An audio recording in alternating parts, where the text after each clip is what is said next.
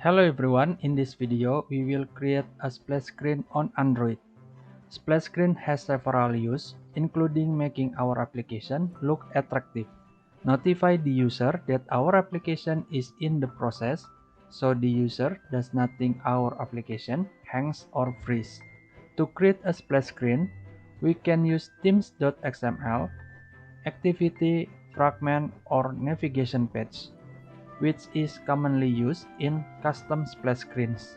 In this video, we will create a splash screen using themes.xml and compose navigation page. For themes.xml, we will use two themes.xml files, one for API 30 and below, and one for API 31 and above. First, we will create a custom splash screen. After that, we will create a splash screen using themes.xml. Okay, let's move to Android Studio.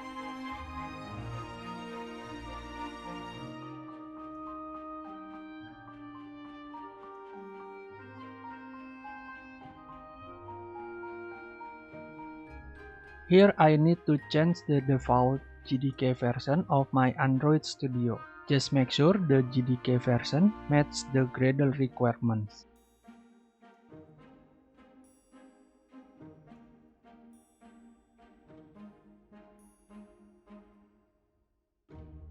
The custom splash screen here is just a simple example, because the custom splash screen can vary greatly depend on your needs and requirements of your application.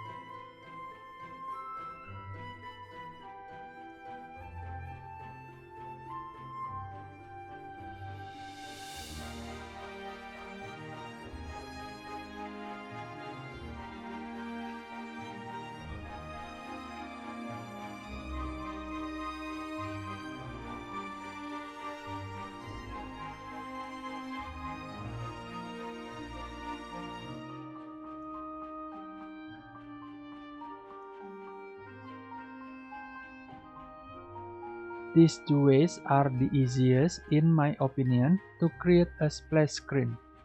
Thanks for watching and see you in the next video.